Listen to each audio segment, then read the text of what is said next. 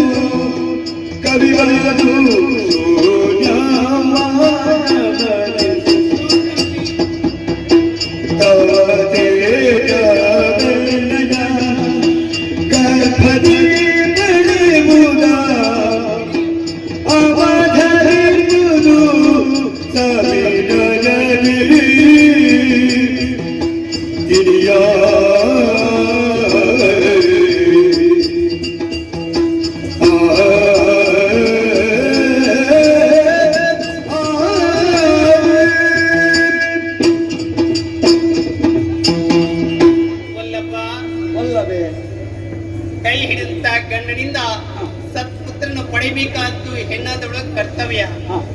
ಅಲ್ಲಿಗೆ ಹೆಣ್ಣು ಜನ್ಮವೇ ಸಾರ್ಥಕವೇ ಪಡೆಯುತ್ತದೆ. ಕಾಂತ, ಆ ಬಗ್ಗೆ ಯೋಚನೆ ಮಾಡುವಾಗ ಮನಸ್ಸಿಗೆ ಅತೀವಂತ ಸಂತೋಷವೇ ಆಗ್ತಾ ಉಂಟು. ನಿಮ್ಮಿಂದಾಗಿ ನಾನೀಗ ಗರ್ಭವತಿ ಆಗಿದ್ದೇನೆ. ಒಳ್ಳೆಯದು. ನಿಮ್ಮ ತೇಜವು ನನ್ನ ಗರ್ಭದಲ್ಲಿ ಬೆಳೀತಾ ಇದೆ ಎಂಬುದಾಗಿ ತುಂಬ ಬಸುರಿ ನಾನು. ತಾವು ಹೊರಟು ನಿಂತಿದ್ದೀರಿ. ಸ್ವಲ್ಪ ಯೋಚನೆ ಮಾಡಿ ಕಾಂತ.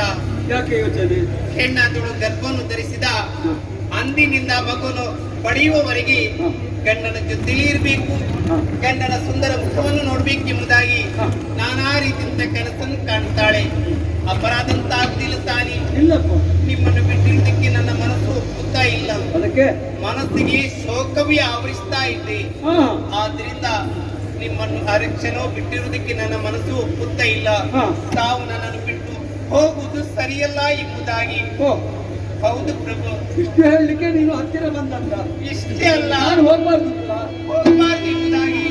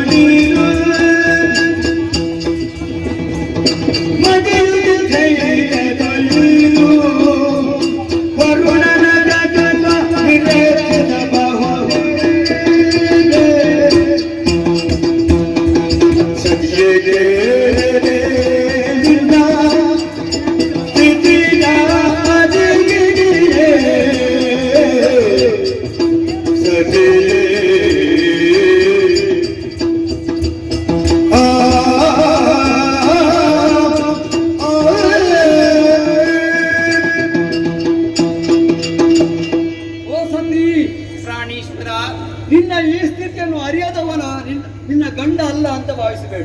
ಗೊತ್ತುಂಟು ತಾನೆ, ತಿಳಿದಿದ್ದೇನೆ. ಆ, ನೀನೀಗ ಮೊದಲಂತಿಲ್ಲ, ಇಲ್ಲ, ತುಂಬು ಗರ್ಭಿಣಿ. ಆ, ಇಂದೋ ನಾಳೆಯೋ ನಾಡಿದ್ದೋ ಆ, ಹೆರುವ ಕಾಲ. ಹೌದು, ನಾನೀಗ ಹೊರಟು ನಿಂತಿದ್ದೇನೆ. ಆ, ಏನು ನಿನ್ನ ಸಮೀಪದಲ್ಲೇ ಬೇಕು. ಆ, ಹೆಂಡತಿಯಾಗಿ ನಿನ್ನ ಆಶೆಯನ್ನು ತೋರ್ಪಡಿಸುವುದು ಆ, ಸ್ವಾಭಾವಿಕ.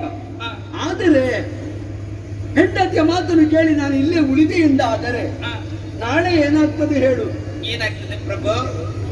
ವರುಣ ಲೋಕದಲ್ಲಿ ವರುಣದೇವ ನನ್ನಪ್ಪ ಆ, ಯಜ್ಞ ಮಾಡಿಸ್ತಾ ಇದ್ದಾರೆ. ಆ, ಹಾಗಿರುವಾಗ ನನಗೆ ಆಮಂತ್ರಣ ಮೂಲಕ 80 ದೂತರನ್ನು ಕಳುಹಿಕೊಟ್ಟಿದ್ದಾರೆ. ಆ, ಹೋಗದಿದ್ರೆ ನಾಳೆ ಅಪವಾದ ಬರುದಿಲ್ವಾ? ಬರ್ತದೆ. ಅಪ್ಪನ ಮಾತನ್ನು ಮೀರಿದ ಮಗ, ಆ, ಹೌದಾ? ಹಾಗಾದ್ರೆ ದಾರಿ ತಪ್ಪಿದ ಮಗ ಅಂತ ಆಗುದಿಲ್ವಾ? ಆಗ್ತದೆ. ಹಾಗಾದ್ರೆ ಅಪ್ಪನಿಗೆ ಸರಿಯಾದ ಮಗ ಆಗಬೇಕಾ? ಆ, ಅಪ್ಪನ ಸೂಚನೆಯನ್ನು ನಾವು ಅನುಸರಿಸಿಕೊಂಡು ಹೋಗಬೇಕು. ಆ, ಅವರ ಮಾತು ಯಾವುದು? ಅದು ವೇದವಾಕ್ಯ ಎಂಬುದಾಗಿ ಭಾವಿಸಿ ಕಾರ್ಯೋನ್ಮುಖರಾದ ಪರ್ವಕಾಲದಲ್ಲಿ ನಾವಿಲ್ವ ಹೇಳು. ಹಾಗಿರುವಾಗ ನಿನ್ನ ಸ್ಥಿತಿಯನ್ನು ತಿಳಿದಿದ್ದೇನೆ. ನಿಮ್ಗೆ ಏನು ಆಗ್ಲಿಕ್ಕಿಲ್ಲ. ನಾನು ಇದ್ದು ಹೋಗುದು, ನಾಳೆ ಯಜ್ಞ, ನಾಡಿದ್ದು ಇಲ್ಲಿಗೆ ಬರ್ತೇನೆ. ಆದ್ರಿಂದ ಬೇಸರ ಬೇಡ. ನಾನು ಕಾಂತ,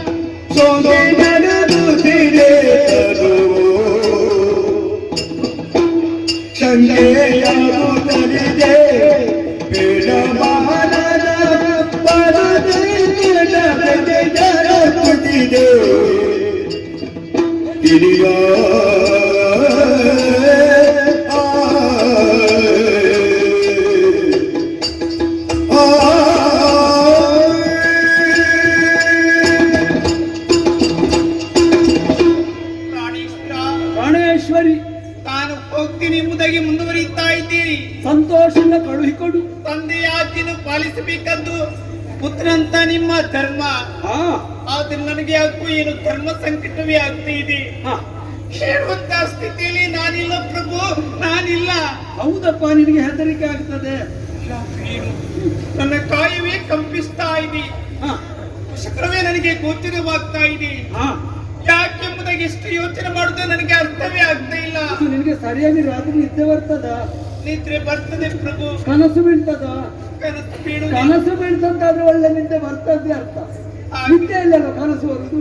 ಹಾಗೆಲ್ಲ ಸ್ವಾಮಿ, ಮತ್ತೆ ನನ್ನ ಮನಸ್ಸಿಗೆ ಹಾ, ಯಾವುದೋ ರೀತಿಯಿಂದ ಗೋಚರವಾಗ್ತಾ ಇದೆ. ಗೋಚರ, ಆ, ಅಗೋಚರವಾದದ್ದು. ಹೌದು. ಗೋಚರ ಆ, ಏನಂತ ನಿನಗೆ ನೆನಪುಂಟ? ಕಂಡದ್ದು ಕಣ್ಣಿಗೆ ನೆನಪಿಗೆ ಬರುವುದಿಲ್ಲ ಸ್ವಾಮಿ. ಅದು ಕನಸೆಲ್ಲ ನೆನಪಿಗೆ ಬರುವುದಿಲ್ಲ. ಅದನ್ನೆಲ್ಲ ಯೋಚನೆ ಮಾಡುತ್ತಾ ಇರುವಾಗ ಹಾ. ಕಾಯಿ ಕಂಪಿಸ್ತಾ ಇದೆ. ಮುಂದಕ್ಕೆ ಯಾವ ರೀತಿ ತಾಪ ನಮಗೆ ಬಂದು ಬದುಕ್ತದೆ ಎಂಬುದಾಗಿ ಭಯವಾಗ್ತಾ ಇದೆ ಕಾಂತ. ಓ, ನಿನಗೆ ಭಯ ಆಗ್ತದ? ಹೆದರ್ಬೇಡ. ಬಹುದೇ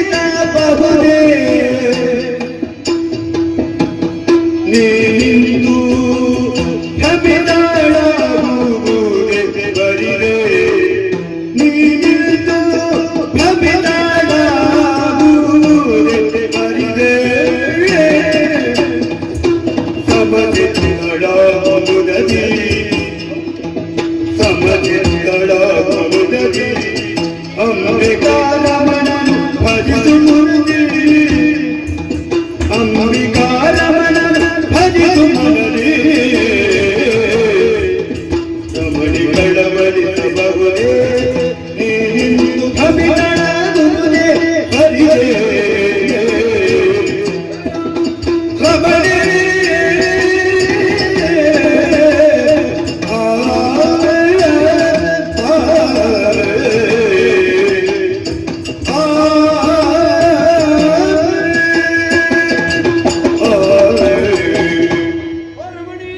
ರಮಣ, ನೀನು ಗರ್ಭಿಣಿ ಎನ್ನುವ ಕಾರಣದಿಂದ ಆ, ನಿನ್ನ ಮನಸ್ಸಿನಲ್ಲಿ ಹೆದರಿಕೆ ಆ, ಕಾಣುವುದು ಸ್ವಾಭಾವಿಕ. ಆ, ಹಾಗೆಂದು ಏನು ಹೆದರಿಕೆ ಗರ್ಭಿಣಿಯಾದಾಗ ಹೆಣ್ಣಾದ ನಿನಗೆ ಮಾತ್ರ ಅಂತ ಭಾವಿಸಿದ್ಯಾ? ಆ, ಲೋಕದಲ್ಲಿ ಅದೆಷ್ಟು ಹೆಣ್ಮಕ್ಕಳು ಮದುವೆಯಾಗಿ ಗರ್ಭಿಣಿಯಾಗಿ ಆ ಬೇನೆ ನೋವು ಸಂಕಟವನ್ನು ಅನುಭವಿಸುವುದಿಲ್ವ ಹೇಳು? ಅವರು ದುಃಖ ಪಡ್ತಾರೆ. ಆದರೆ ಕೊನೆಗಾಲದಲ್ಲಿ ಮಗುವನ್ನ ಮುಖವನ್ನು ನೋಡುವುದರ ಮೂಲಕವಾಗಿ ಅಮಿತವಾದ ಆನಂದವನ್ನು ಅನುಭವಿಸುತ್ತಾರೆ. ಹಾಗಿರುವಾಗ ಅದ್ ಕೇಳಿದ್ದು ಕಷ್ಟ ಸುಖ, ಕತ್ತಲೆಯ ಹಿಂದೆ ಬೆಳಕಿರ್ತದೆ, ಹಾಗೆಯೇ ಕಷ್ಟದ ಹಿಂದೆ ಸುಖವೂ ಇರ್ತದೆ. ಕಷ್ಟ ಸುಖ ಎನ್ನುವುದು ಮನುಷ್ಯನಿಗಲ್ಲದೆ ಕಲ್ಲು ಮರಕ್ಕೆ ಬರುವುದಕ್ಕೆ ಸಾಧ್ಯವಿಲ್ಲ. ಇಲ್ಲ. ಹೌದಲ್ಲ? ಹಾಗಾದ್ರೆ ಬಂದಂತಹ ಕಷ್ಟವನ್ನು ಎದುರಿಸುವ ಶಕ್ತಿ ಕೊಡು ಪರಮಾತ್ಮ ಎಂಬುದಾಗಿ ನಾವು ದೇವರನ್ನೆಲ್ಲ ಸ್ಮರಿಸುವುದಲ್ವಾ? ಹಾಗಾದ್ರೆ ದೇವರನ್ನು ಸ್ಮರಿಸುವುದು ಯಾಕೆ? ತೇನವಿನ ತೃಣಮಪಿನ ಚಲತಿ. ದೇವರ ಇಚ್ಛೆ ಇಲ್ಲದಿದ್ದರೆ ಒಂದು ಹುಲ್ಲು ಕಡ್ಡಿಯು ಹತ್ತಿನಿಂದ ಅಲುಗಾಡುವುದಿಲ್ಲ ಎಂಬ ಸತ್ಯ ವಿಚಾರ ಲೋಕದ ಹೆಚ್ಚಿನವರಿಗೆ ಗೊತ್ತಿಲ್ಲ ಹೇಳು. ಹಾಗಾದ್ರೆ ದೇವರ ಭಯವೇ ಜ್ಞಾನದ ಆರಂಭ. ಯಾವನಾಗಿ ಒಂದು ಕೆಟ್ಟ ಕಾರ್ಯ ಮಾಡ್ತಾನಂತಾದ್ರೆ ತಾನು ಕೆಟ್ಟದ್ದನ್ನು ಮಾಡಬಾರದು, ಇದು ದೇವರು ಮೆಚ್ಚುವ ಕೆಲಸ ಅಲ್ಲ. ಹಾಗಾದ್ರೆ ದೇವರ ಅನುಭವಕ್ಕೆ ತಾನು ಪಾತ್ರರಾಗಬೇಕು, ಅವ ಒಳ್ಳೆಯ ಕಾರ್ಯವನ್ನು ಮಾಡಬೇಕಾಗ್ತದೆ. ಹಾಗಿರುವಾಗ ದೇವರಿದ್ದಾನೆ, ದೇವರಿಂದಲೇ ಎಲ್ಲ ನಡೆಯುವುದಂತ ತಿಳಿದ ಮೇಲೆ ನಮಗೆ ಕಷ್ಟ ಬಂದಾಗ ನಮ್ಮ ಕಷ್ಟವನ್ನು ದೇವರು ದೂರ ಮಾಡ್ತಾರಲ್ಲ. ಆದ್ದರಿಂದ ಅಂಬಿಕೆಯನ್ನು ನೀನು ಮನಸಾರೆ ಭಕ್ತಿ ಶ್ರದ್ಧೆಯಿಂದ ಭಜಿಸಿದ್ದಾದ್ರೆ ನಿನ್ನ ಯಾವ ಬೇಸರವೇ ಆಗಲಿ, ಯಾವ ದುಃಖವೇ ಆಗಲಿ, ಯಾವ ಕಷ್ಟವೇ ಆಗಲಿ ಅದು ದೂರ ಆಗ್ತದೆ. ಸಮಾಧಾನಗೊಂಡು ನನ್ನನ್ನು ಕಳುಹಿಕೊಟ್ಟಿಗೆ ಒಮ್ಮೆ. ಏನು ಸಮಾಧಾನ ಪಡುದು ಸ್ವಾಮಿ? ಹೌದು ನೋಡಿ, ತುಂಬ ಬಸರಿ ನಾನು. ಹೌದು. ಈ ಆಶ್ರಮದಲ್ಲಿ ಯಾರಾದ್ರೂ ಇದ್ದಾರೆ? ಹಾ ನಾನು ಒಬ್ಬಳೇ ಇರುವುದು. ಹೌದು. ಯಾವ ಹೆಣ್ಣಿಗೆ ಆದ್ರೂ ಕೂಡ ತುಂಬ ಬಸರಿ ಇರುವಾಗ ಅವಳ ಸೇವೆ ಮಾಡೋದಕ್ಕೆ ಅದೆಷ್ಟು ಮಂದಿ ಎಲ್ಲ ಇದ್ದಾರೆ. ಇರ್ತಾರೆ. ನನಗೆ ಸೇವೆಗೆ ಜನ ಬೇಕಂತ ಅಗತ್ಯವೇ ಇಲ್ಲ ಪ್ರಭು. ನೀವು ಒಬ್ಬರಿದ್ದರೆ ನನಗೆ ಸರ್ವಸ್ವ ಸಿಕ್ಕಿದ ಹಾಗೆ. ನನ್ನನ್ನು ಒಬ್ಬಳನ್ನೇ ಬಿಟ್ಟು ಹೋದರೆ ಈ ಆಶ್ರಮದಲ್ಲಿ ನಾನು ಹೇಗೆ ದಿನವನ್ನು ಕಳೆಯುವುದು? ಒಳಗೆ ಆ, ನೀನು ಒಂಟಿಯಾಗಿರುತ್ತಿ, ಆ, ನಾನು ಹೋದ ಮೇಲೆ ಎಂಬ ಕಾರಣದಿಂದ ನಿನಗೆ ಬೇಸರ ಇರ್ತದವು. ಬೇಸರ ಇದ್ದದು. ನೋಡಿದ್ಯಾ, ಯಾವತ್ತು ಎಂದಿನಂತೆ ಇಲ್ಲಿ ಯಜ್ಞ ನಡೀತು ಹೋದವಲ್ಲ, ಯಜ್ಞದಲ್ಲಿ ಹೊರಡುವಂತ ಆ ಬೆಂಕಿ ಉಂಟಲ್ಲ, ಆ, ಅದೆಂತದು? ಆ ಬೆಂಕಿ ಹೇಗೋ ಹಾಗೆ ಹೆಣ್ಣಿನಲ್ಲಿ ಒಂದು ಬೆಂಕಿಯ ಶಕ್ತಿ ಇದೆ. ಅಗ್ನಿಕುಂಡವನ್ನಾರಿ ಹೆಣ್ಣಂದ್ರೆ ಬೆಂಕಿಯ ಹಾಗೆ. ಯಾವುದನ್ನು ತಡೆ ಹಿಡಿದಕ್ಕೂ ಯಾವುದನ್ನು ಖಂಡಿಸುವುದಕ್ಕೂ ಹೆಣ್ಣಿನಲ್ಲಿ ಬೆಂಕಿ ಅನ್ನೋದ ಶಕ್ತಿ ಇರುವುದರಿಂದ ಅದನ್ನು ಖಂಡಿಸಕ್ಕೆ ಸಾಧ್ಯವಾಗ್ತದೆ. ಆದ್ರಿಂದ ಗೊತ್ತಾಯ್ತಾ? ಏನು ಖಂಡಿಸಿದ ಪಿಶಾಚಂತೆ ನಾನು ಒಬ್ಬಳು ಇಲ್ಲಿ ಇರ್ಬೇಕಲ್ಲ. ಶಕ್ತಿ ಸ್ವರೂಪಿ, ಬೇಸರ ಉಂಟಾಗ್ತೀನಿ. ಶಕ್ತಿ ಸ್ವರೂಪಿಣಿ ಪರಮೇಶ್ವರಿ ಹೌದಾ? ಅದು ಹೌದು, ಒಪ್ಪಿಕೊಡ್ತೀನಿ. ಹೌದಾ? ಹಾಗಾದ್ರೆ ಶಕ್ತಿ ಅಧಿಷ್ಠಾತ್ರ ದೇವತೆ ಹೌದಲ್ಲ? ಆಗಿರುವಾಗ ಅವಳನ್ನು ನೀನು ಭಜಿಸು, ಆ ಶಕ್ತಿ ನಿನ್ನಲ್ಲಿ ಕೂಡಿ ಬರ್ತದೆ. ನಿನ್ನಲ್ಲಿ ಹೆಣ್ಣಿನಲ್ಲಿ ಅಗ್ನಿ ಅಂಶ ಇದೆ ಎನ್ನುವ ಕಾರಣಕ್ಕೆ ಮತ್ತೆ ನಿನ್ನಲ್ಲಿ ಅದು ಸದಾ ಇರ್ತದೆ ಎನ್ನುವ ಉದ್ದೇಶದಿಂದ ನಾನು ಹೇಳ್ತಾ ಇದ್ದೇನೆ. ನನ್ನನ್ನು ಕಳುಹಿಕೊಡು, ನಾನು ಹೋಗಲೇಬೇಕು. ಹೋಗೋದಿದ್ರೆ ಅದು ಸರಿಯಾಗ್ತದೆ ಹೇಳು. ಅಪ್ಪನ ಮಾತನ್ನು ಮೀರಿ ನಡೆದೆಂಬುದಾಗಿ ಅಪವಾದ ಬರುವುದಿಲ್ವಾ? ಅದಕ್ಕೆ ಬೇಕಾಗಿ ಇಂದು ಹೋಗ್ತೇನೆ, ನಾಳೆ ಇರ್ತೇನೆ, ನಾಡ್ದು ಬರ್ತೇನೆ, ಆದಷ್ಟು ಬೇಗ ಬರ್ತೇನೆ. ಆಯ್ತಾ? ನೀನು ಸಮಾಧಾನ ಇದ್ದು ಎಂತದು ಬರುದು? ಏನಿಲ್ಲ. ಕ್ಷಣ ಒಂದು ಯುಗವಾಗಿ ನನಗೆ ಪರಿಣಿಸ್ತದೆ. ಹೌದಪ್ಪ, ವಿಷಯ ಹೌದು, ನೀನು ಹೇಳುವುದು ಹೌದು. ಆದ್ರೆ ನನಗೆ ಹೋಗದೆ ಇರ್ಲಿಕ್ಕೆ ಆಗ್ತದ? ಯಜ್ಞ ಅಲ್ವಾ? ಯಜ್ಞ ಅಂದ್ರೆ ಏನು? ಜೀವನ ಎನ್ನುವುದು ಯಜ್ಞ. ಯಾಕೆ? ಯಜ್ಞದಲ್ಲಿ ಬೆಂಕಿ ಉರಿತಾ ಇರ್ತದೆ. ಒಮ್ಮೊಮ್ಮೆ ಅಲ್ಲಿಗೆ ಶಮನ ಆಗ್ತದೆ, ಹೌದಾ? ಒಮ್ಮೊಮ್ಮೆ ಜೋರಾಗ್ತದೆ, ಹೆಚ್ಚಿರ್ತದೆ, ಒಮ್ಮೆ ಕಡಿಮೆ ಆಗ್ತದೆ. ಕೊನೆಯ ಕಾಲದಲ್ಲಿ ನಂದಿ ಹೋಗ್ತದೆ.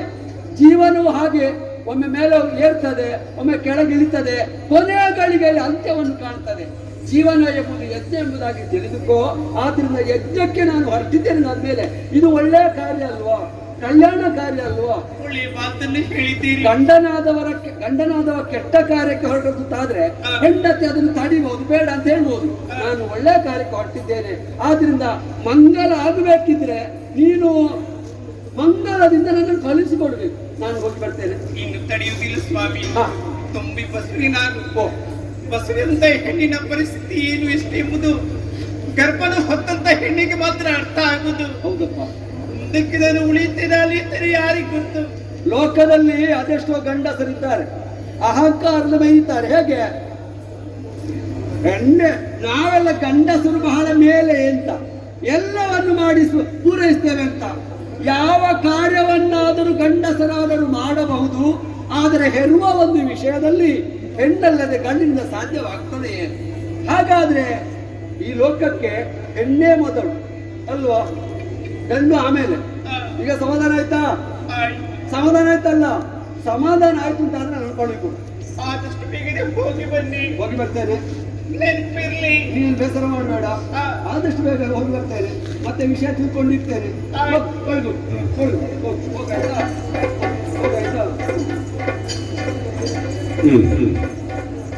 ಇದು ನಾನು ಹೋಗಿದ್ದೇನೆ ಅಂತ ಹೊಟ್ಟೆಗೆ ತೆಗೆದುಕೊಳ್ಳದೆ ಇರಬೇಡ. ಸಮಯಕ್ಕೆ ಸರಿಯಾಗಿ ಅದೊಂದು ಬೇಕು. ಏನೂ ಇಲ್ಲ, ಇದು ನೀರಾದ್ರೂ ಕುಡಿ. ಯಾವ್ದು ನನಗೆ ಬೇಡ, ನೀವೇ ಇಲ್ಲ ಅಂತ ಮತ್ತೆ ಯಾವ್ದನ್ನು ಸ್ವೀಕರಿಸ್ತಾ ಏನು ಪ್ರಯೋಜನ? ಎಂತದ್ದು? ನನಗೆ ಯಾವ್ದು ಬೇಡ. ನಿನಗೆ ಗಂಡನ ಮೇಲೆ ಸಿಟ್ಟ ಅಲ್ಲ ಸಮಾಧಾನ ಉಂಟ? ಗಂಡನ ಮೇಲೆ ಇಂತ ಜೀವಂತ ಪ್ರೀತಿ, ಅದಕ್ಕಾಗಿ ನಿಮ್ಮಲ್ಲಿ ಕಾಡುತ್ತಾ ಇದ್ದೆ. ನೀವು ನನ್ನ ಜೊತೆಲಿ ಇರ್ಬೇಕೆಂಬುದಾಗಿ. ಗಂಡನ ಮೇಲೆ ಪ್ರೀತಿ ಉಂಟು ಅಂತ ಆದ್ರೆ ನೀನು ಸರಿಯಾಗಿ ಹೊಟ್ಟೆಗೆ ಆಹಾರ ತಗೊಳ್ಬೇಕು. ತುಂಬಾ ಬೇಡ, ಸ್ವಲ್ಪ ಸ್ವಲ್ಪ. ಅದು ಮತ್ತೆ ಅದನ್ನು ಬಿಡಬಾರ್ದು. ಯಾಕೆ? ಆ ಮಗುವಿನ ಬೆಳವಣಿಗೆ ಆಗಬೇಕಾ? ನೀನು ಅದು ಸ್ವಲ್ಪ ಸ್ವಲ್ಪ ತಿನ್ಬೇಕು, ಕುಡಿಬೇಕು. ಆಯ್ತಾ? ಹೋಗಾಯ್ತಾ? ಬೇಸರ ಮಾಡಬೇಡ, ಆದಷ್ಟು ಬೇಗ ಹೋಗಿ ಸರಿ, ಬೇಗ ಬನ್ನಿ. ನಾನು ಬರ್ತೇನೆ, ನಾನು ಹೋಗ್ತೇನೆ. ಇನ್ನು ಅರ್ಥ ಗೊತ್ತಾಗಬೇಡ. ಹೆಂಡತಿಗೆ ಸಮಾಧಾನ ಮಾತನಾಡಿದ್ದೇನೆ, ಇನ್ನು ತಡ ಮಾಡುದು ಯಾಕೆ? ಅಪ್ಪನ ಬಳಿಗೆ ಅಂತ ಹೇಳ್ತೇನೆ.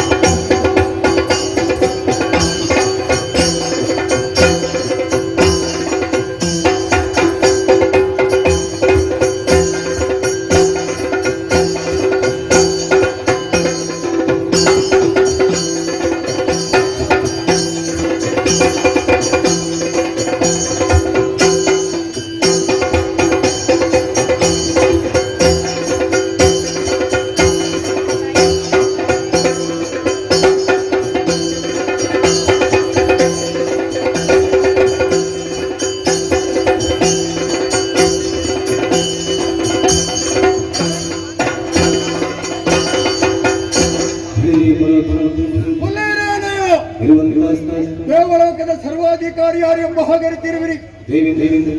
ನಾನೇ ಸರಿ ಹೇಳುವಿರೋ?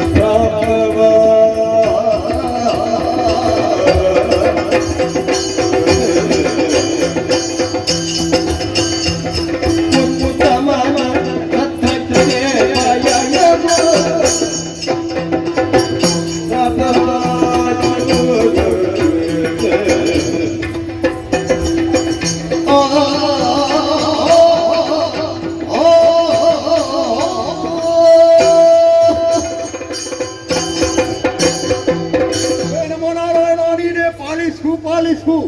ದೇವತೆಗಳೇ, ಈ ವಿಶಾಲವಾದಂತಹ ವಿಶ್ವದಲ್ಲಿ ಪ್ರತಿಯೊಂದು ಜೀವಿಯೂ ಕೂಡ ತನ್ನ ಯೋಗಕ್ಷೇಮದತ್ತ ಸದಾ ಜಾಗೃತನಾಗಿರಲೇಬೇಕು. ಫಲಭ್ಯಲಾಭವೇ ಯೋಗ, ಲಬ್ಧ ಸಂರಕ್ಷಣೆ ಕ್ಷೇಮ. ಸಾಮಾನ್ಯರಿಗೆ ಸಂಪಾದಿಸಲಾದದ್ದನ್ನು ಸಂಪಾದಿಸಿ ಸಂರಕ್ಷಿಸಿಕೊಳ್ಳುವುದೇ ಯೋಗಕ್ಷೇಮ. ಕರ್ಮಭೂಮಿ ಎನಿಸಿಕೊಂಡಂತಹ ಭೂಲೋಕದಲ್ಲಿ ಅತಿಥಿ ಕಶ್ಯಪರಿಗೆ ಮಗನಾಗಿ ಸಂಚರಿಸಿ ಮಹತ್ತರವಾದಂತಹ ಕಾರ್ಯವನ್ನು ಮಾಡಬೇಕು ಅನ್ನುವಂತಹ ಅತುಲವಾದಂತಹ ಆಕಾಂಕ್ಷೆಯಿಂದ ನೇರವಾಗಿ ಮೇಘವಂತ ಪರ್ವತವನ್ನು ಏರಿದೆ. ಶತಾದ್ಯುರಗಳನ್ನು ಪೂರೈಸಿ ಮೂರು ಮೂರ್ತಿಗಳ ಪ್ರಸಾದ ರೂಪವಾಗಿ ದೇವಪೀಠವನ್ನು ಏರಿದವರಿದ್ದೇನೆ. ಆವಾಗ ಮೂರು ಮೂರ್ತಿಗಳೇ ಹೇಳಿದ್ದಾರೆ, ಕೇವಲ ನಿನ್ನ ಲೋಕದ ಬಗ್ಗೆ ಆಲೋಚಿಸುವುದಲ್ಲ ಇಂದ್ರ, ಸಮಸ್ತ ಲೋಕದಲ್ಲಿಯೂ ಪ್ರತಿಯೊಬ್ಬರೂ ಕೂಡ ಸುಖವಾದಂತಹ ಜೀವನವನ್ನು ಸಾಗಿಸಬೇಕು ಅನ್ನುವಂತ ಅಪೇಕ್ಷೆಯನ್ನು ಇರಿಸಿ ಕಾಲ ಕಳೆದೇ ಎಂದಾದರೆ ನಮ್ಮ ಪೂರ್ಣಾನುಗ್ರಹಕ್ಕೆ ನೀನು ಒಳಗಾಗ್ತಿ ಎನ್ನುವ ಹಾಗೆ. ಹಾಗಾಗಿ ಅವರು ಹೇಳಿದಂತಹ ಮಾತನ್ನು ವೇದ ವಾಕ್ಯ ಅಂತ ಭಾವಿಸಿ ದೇವಪೀಠವನ್ನು ಧರ್ಮಪೀಠವನ್ನು ಏರಿದವನಿದ್ದೇನೆ. ಆದರೆ ಈ ಸಮಯದಲ್ಲಿ ವಿಶೇಷವಾದಂತಹ ಸಭೆಯನ್ನು ನೆರೆಯುವುದಕ್ಕೆ ಬಲವಾದ ಕಾರಣ ಹೊಂದಿದೆ. ಯಾವತ್ತೂ ದೇವೇಂದ್ರನ ಒಬ್ಬನೇ ತೀರ್ಮಾನ ಅಲ್ಲ, ನಾವು 33 ಕೋಟಿ ಮಂದಿಗಳಿದ್ದೇವೆ. ಹಾಗಾಗಿ ಎಲ್ಲರೂ ಕೂಡ ಒಮ್ಮತದಿಂದ ಒಂದು ಕಾರ್ಯಕ್ಕೆ ಬಂದು ಆಮೇಲೆ ಮುನ್ನಡೆಯುವವರು. ಈ ಸಂದರ್ಭದಲ್ಲಿ ಒಂದೊಂದು ವರ್ಗಕ್ಕೆ ಒಂದೊಂದು ಲೋಕಕ್ಕೆ ಒಬ್ಬೊಬ್ಬರು ಅಧಿಕಾರಿಗಳು ಎನಿಸಿಕೊಂಡಿದ್ದಾರೆ. ಅದರಲ್ಲಿಯೂ ವರುಣ ಎನ್ನುವವ ವರುಣ ಲೋಕದಲ್ಲಿ ಕಾಲವನ್ನು ಕಳೆಯುತ್ತಾ ಇದ್ದಾನೆ. ಅವ ಮಹತ್ತರವಾದಂತಹ ಸತ್ರವೊಂದನ್ನು ಮಾಡುತ್ತಾ ಇದ್ದಾನಂತೆ. ಪುಣ್ಯ ಕಾರ್ಯ ಎಂದ ಮೇಲೆ ನಾವು ನೆಮ್ಮದಿ ಪಡಲೇಬೇಕು. ಯಾಕೆ, ನಾವು ಕೂಡ ಹಿಂದೆ ಮಖವನ್ನೇ ಮಾಡಿ ದೇವಪೀಠವನ್ನು ಏರಿದವರು. ಹಾಗಾಗಿ ಇಂತಹ ಒಂದು ಪುಣ್ಯ ಕಾರ್ಯದಲ್ಲಿ ನಾವು ಭಾಗಿಯಾಗಬೇಕು ಅನ್ನುವಂತಹ ಉದ್ದೇಶವನ್ನು ಇರಿಸಿಕೊಂಡಿದ್ದೇನೆ. ಹಾಗಾಗಿ ಕಾಲ ವಿಳಂಬ ಮಾಡುವುದಲ್ಲ, ಆಮಂತ್ರಣ ಬಂದಿದೆ. ಆ ವರುಣ ಲೋಕದಲ್ಲಿ ಆ ಪುಣ್ಯ ಕಾರ್ಯದಲ್ಲಿ ಭಾಗಿಯಾಗುವುದಕ್ಕಾಗಿ ನಾವೆಲ್ಲ ಒಂದಾಗಿ ನಡೆಯೋಣ ಮುಂದೆ.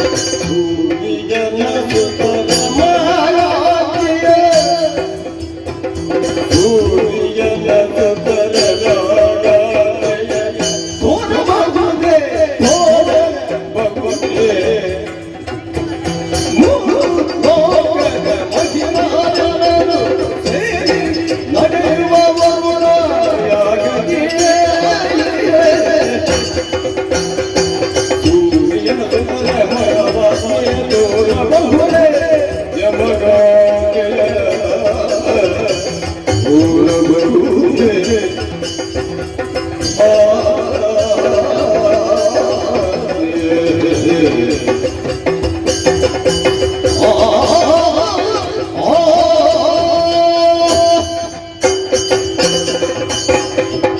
ಅಮ್ಮ, ನಾ ಸತ್ಯ ನಸ್ರು ನಾವು ಅಶ್ವಿನಿ ದೇವತೆಗಳು ಖಂಡಿತ ಸೂರ್ಯ ಸುತ್ತರು ಹೌದು ಮಾರ್ತಾಂಡನಿಗೆ ಸಂಜ್ಞಾದೇವಿ ಹಯ ರೂಪದಲ್ಲಿದ್ದಾಗ ಹುಟ್ಟಿಕೊಂಡವನು ಇಬ್ಬರು ಹಯವಾಗಿಯೇ ಸೇರಿದ್ದು ಹೌದು ಪರಿಣಾಮದಲ್ಲಿ ಉದಿಸಿಕೊಂಡಿದ್ದೇವೆ ನಾವು ದೇವರು ಹಯಗ್ರೀವ ಅವತಾರ ತಾಳಲಿಲ್ವಾ ಮತ್ತೆ ಹಯ ಎನ್ನುವುದು ತುಚ್ಛ ಅಲ್ಲವಲ್ಲ ಹಾ. ಅದು ಉಚ್ಚ ಖಂಡಿತ ಶ್ರೇಷ್ಠ ಹಾ. ಎನ್ನುವುದು ಸ್ಪಷ್ಟ ಇಲ್ಲದೆ ಇದ್ರೆ ದೇವೇಂದ್ರ ಉಚ್ಚೈಶ್ರವಸು ಏರ್ತಾನೆ ಹಾ. ಇಲ್ಲವಲ್ಲ ಹಾ. ಇದೆಲ್ಲ ನೀನು ನೆನಪಿಟ್ಟುಕೊಳ್ಬೇಕು ಅದು ಮತ್ತೆ ಉಂಟು ಬೇಕಾಗ್ತದೆ ಅದು. ಸಂದರ್ಭಕ್ಕೆಲ್ಲ ನಮಗೆ ಬೇಕಾಗುತ್ತದೆ ಹೌದೌದು ಯಾಕಿದನ್ನು ಆಡಿದೆ ಬಲ್ಲೆಯ ಹಾ. ವರ್ತಮಾನ ಕಾಲದಲ್ಲಿ ಶ್ರೇಷ್ಠತೆ ಹಾ. ಎನ್ನುವುದು ಎಲ್ಲಿ ಹೇಗೆ ಯಾವಾಗ ಅಂತ ಉಂಟು ಹಾ. ಈಗ ನಾವು ಸುರಭೇಷಜರು ಅಂತ ಕರೆಸಿಕೊಂಡವರು ದೇವವೈದ್ಯರು ನಾವು ಹಾ. ಈ ಕಾಲಕ್ಕಾಗುವಾಗ ಮೂರು ಮೂರ್ತಿಗಳೇ ನಮಗೆ ಅಧಿಕಾರವನ್ನು ಕೊಟ್ಟಿದ್ದಾರೆ ಖಂಡಿತ ಅಂತಹ ಸರ್ವಶ್ರೇಷ್ಠವಾದ ಸ್ಥಾನವನ್ನು ಹೊಂದಿದ ನಾವು ವರ್ತಮಾನ ಕಾಲದಲ್ಲಿ ಹಾ. ದೇವಲೋಕದವರಿಗೆ ಯಾವ ರೋಗವೇ ಬರಲಿ ಹಾ. ಔಷಧಿ ಕೊಡುವವರು ಹೌದೌದು ಹೌದಲ್ಲ ಹಾ. ಮೂರು ಲೋಕದಳು ಮಾನ್ಯರೆನಿಸಿದಂತಹ ನಮಗೆ ಹಾ. ಇಂದು ಅವಮಾನವಾಗುವ ಸ್ಥಿತಿಯೋ ಎನ್ನುವ ಪ್ರಶ್ನೆ ಪಡಿ ಮೂಡಿದೆ